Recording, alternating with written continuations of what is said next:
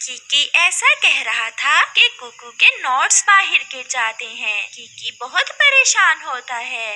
ये कहाँ से आए? कुकू, मेरा विश्वास करो, ये मैंने नहीं चोरी किए। कुकू के जहन में जग्गू वाली बात आती है। उसे लगता है कि शायद जग्गू ठीक कह रहा था।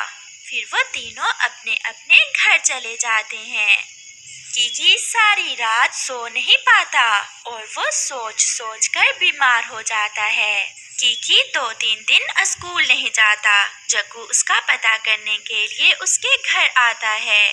कीकी, तुम कितने बीमार हो, और देखो कुकू तुम्हें देखने तक नहीं आया। उसे तुम्हारी जरा चिंता नहीं है। नहीं जग्गू, वो मेरा सबसे अच्छा दोस्त है, वो जरूर आएगा।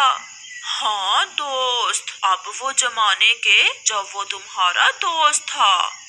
लेकिन कुकू तो 3 दिन से अपनी नानी वाले जंगल गया हुआ था, क्योंकि उसकी नानी बीमार थी और वो अपनी मम्मा के साथ अपनी नानी को देखने गया हुआ था।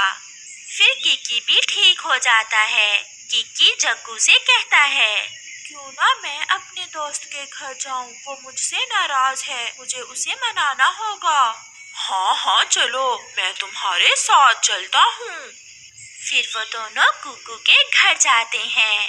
कीकी, तुम बाहर रुको, पहले मैं अंदर जाकर कुकू को बता दूं कि तुम आए हो। अच्छा ठीक है।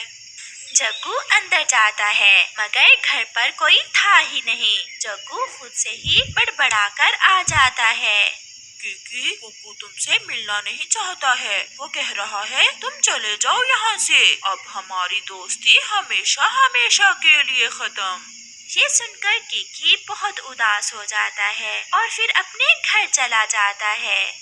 फिर अगले दिन कुकू और कीकी दोनों स्कूल जाते हैं। कुकू कीकी के पास जाता है, मगर अब कीकी कुकू से बात नहीं करता। जब मैं तुम्हारे घर आया तो तुमने मुझे अंदर आने से मना कर दिया और मैं 3 दिन तक बीमार रहा, मगर तुमने मेरी खबर तक न ली। और जग्गू से क्या कहा था कि आज से दोस्ती खत्म।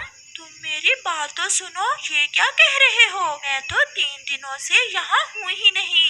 फिर वो दोनों जल्द ही समझ जाते हैं कि ये सारी शैतानी जग्गू की है।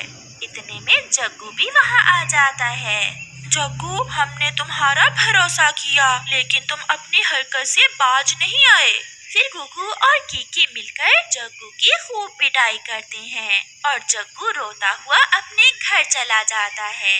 प्यारे दोस्तों, इस कहानी से हमें सीख मिलती है कि हमें कभी भी किसी की बातों में आकर